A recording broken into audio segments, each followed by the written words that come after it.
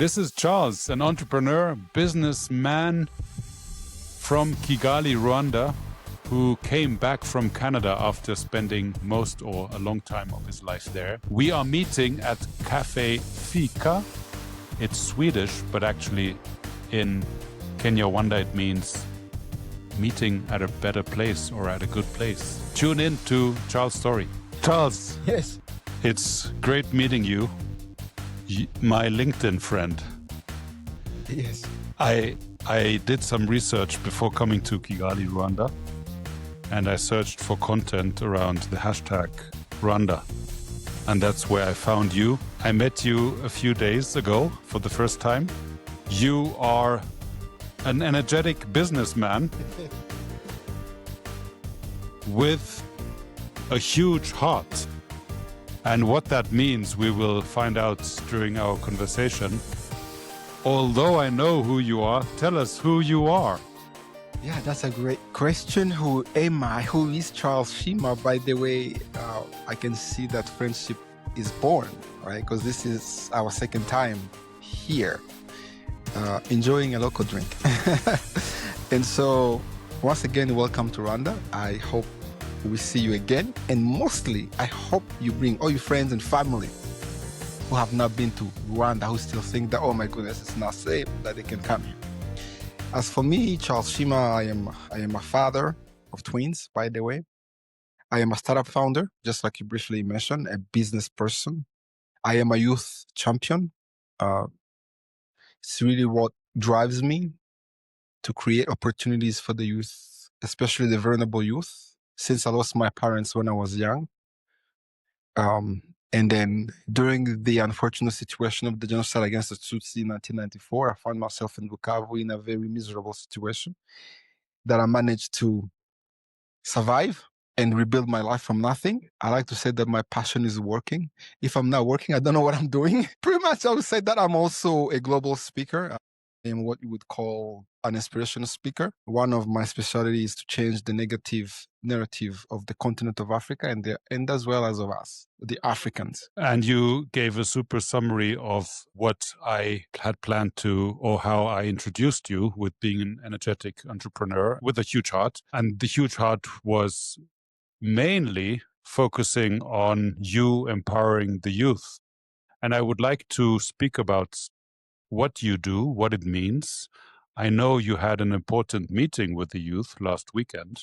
Let us start talking about what it means to empower the youth, what you do, what it means to you, why you do it, and then we talk about your startup.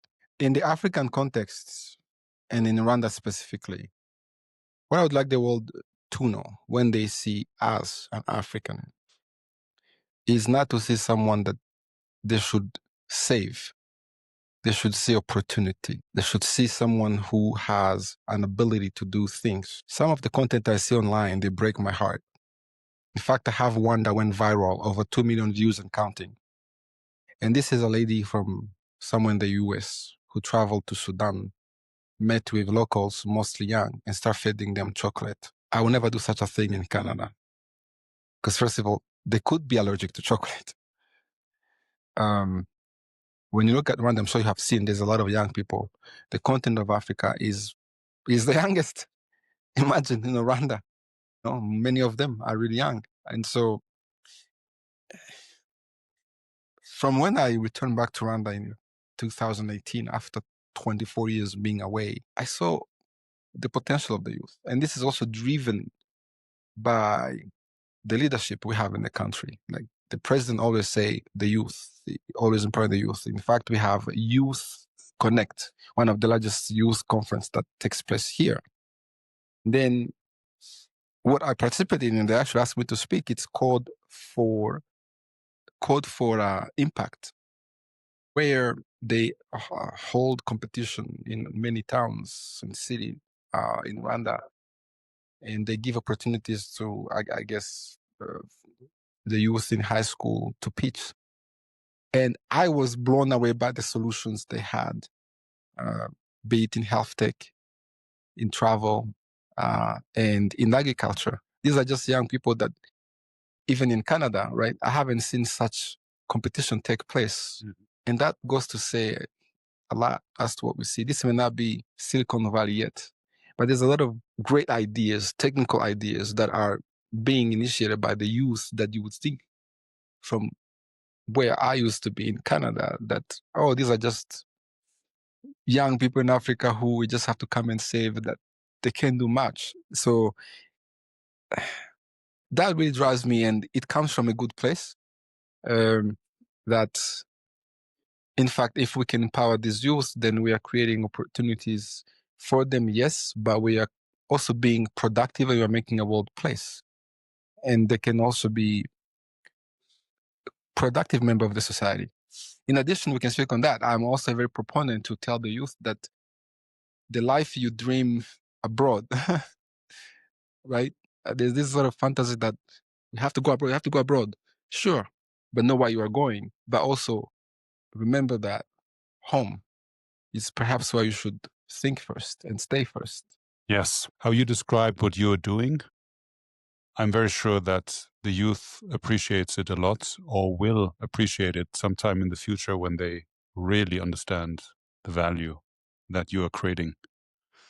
What was the feedback that you had from a youth session of last weekend? The feedback, I mean, not just from that session, actually, yeah, there was mine that actually I only held I also held a workshop, meet and greet, and over 20 of them, not just youth, but we had students and we also had self-employed people, entrepreneurs. And we had a moment where they all had time to kind of stand up and then speak as to why they were there and then what they have seen in my journey that has done something great, inspiration. It was very heartwarming because the way they described me, it's pretty much who I am. And that's just for seeing me on TikTok. They said, this is someone that is humble, that is really showing us things that we didn't know, that is being real. Another person said that sometimes the global African diaspora, some of us who go live in Canada, they don't really show the life there, the good, the bad, the ugly, and I do. And there were a lot of sort of almost tears in the room, a lot of appreciation, and I was very proud that I could give back, because what people don't see is that it takes a lot of work and a lot of energy to hold such an event. We will do more. A few days ago, I was at an event called Africa World from Norskin, the Swedish foundation. And one of the quotes that I remember is that if you want to create impact in Africa, you need to create jobs. And I think this is the reason why I'm saying it, is to close the circle to what you said earlier. It's what the youth needs. That's the question. They don't need chocolate. No. They need opportunities. That's what you said. And speaking about opportunities, I would like to make the bridge, or build a bridge, to your current new startup. Terrifique. I actually find this name magnifique. Tell us about Terrifique and your startup plans. Finally, after 5 years, I have found a way to create jobs, not for 1 or 2 or 3, but for like thousands of them, if not millions. In a nutshell, I can say proudly that we just changed the way we discover and book things to do, hotels and stays. And so far, the feedback has been tremendous. In fact, yesterday I was judging a debate online, and the students in the US, they came online, debate, but suddenly I heard one of them say, "Tell us about Terrific." I'm like, right? Because I guess they saw in the bio and they went to check. It's like, it really looks cool. This is a Gen Z speaking. Yeah. I did not tell them to go check. And that just shows you that, because we just kind of launched it a few days ago. So if you go look at Terrific, it actually so, unlike the other regular platform where you discover tools and activities, you kind of see that it's video based, it's short form based. So the idea is you look at a video, because we know over 74% of Gen Zs are using social media to discover where to go next. The problem is there's no easy way to go from the discovery to booking. Yeah. So on Terrific, you look at a video, which is really the future. Pictures are thing of the past, I believe. Yes, once you see a video, you also see a card that shows you the pictures, the images, but first is video. If anyone try to imitate this, I'm coming after you. We have an IP. So that being said, so you can immediately book. And I built it even if I'm not a software engineer. And that's the last thing that you have to know. Sometimes we, people of African descent, we don't get all the resources, all the funding, but that's not going to stop you. That's at least has not stopped me. You have to walk the talk, even if, you have to go without being paid and God knows what. But that being said, in addition to that, we have travelpreneurs. That's ours.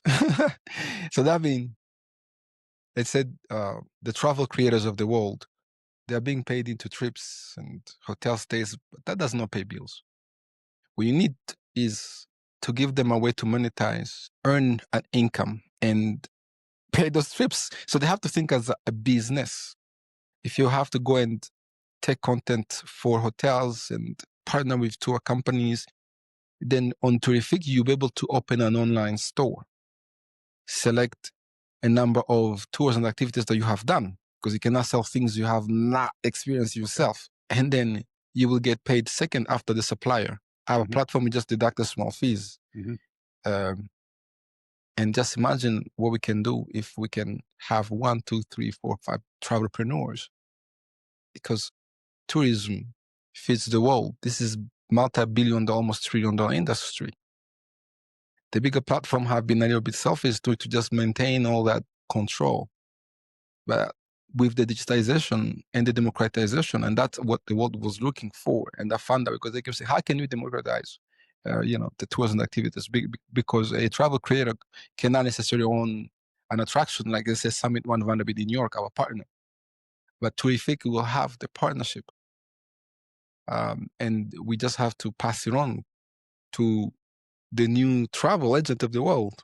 They're the one on the ground selling. You're not selling a tour if you're just sitting in your post office. I mean, I don't know where Booking and the other ones are based. You're not, they're the one on the ground. They should be paid second, not last, or paid into whatever little things they get. And so, yeah, I think that's pretty much a revolution in travel that we are seeing with a Terrific innovation. On top of having a huge heart and on top of being very energetic, you are also very creative. Travelpreneurs, that's influencers who sell your travels via your short video app directly in content. Who is the audience? Who is the target group of travelpreneurs? Is it African people, or where are you operating in? That's a very good question. Let's say we're going to start with a test market in Kigali, Rwanda, and perhaps New York, because we have great sort of partnership. We will see. Nothing is ever really conclusive, because if you launch it tomorrow and suddenly you will get traction in Singapore, then it becomes Singapore. I think the users will determine. I truly believe that as much as I, as a founder, and my team, by the way, that we can come up with sort of a strategy. Like I just said, now I am here in Kigali. I would like to see what the users say. And we will follow, we will listen to our users, because at the end of the day, we are building this for the travelpreneurs, that's the beauty of the world. It doesn't have to be specifically in the market, because now you have travelpreneurs based anywhere who are traveling to the continent of Africa, right? And so, yeah, users, tell us. I have a lot of respect for your business, for your energy, for your business development, and I have a lot of admiration for your history, your story, and how you support the youth. Thank you very much for being with me today, Charles. Yes. This is not the first time we met, as we said, and it won't be the last time, I'm sure. Thank you for being Charles. And thank you for giving me the opportunity to share my story and to talk about the Terrific. I hope to see you back in Kigali and Rwanda soon. You're always welcome.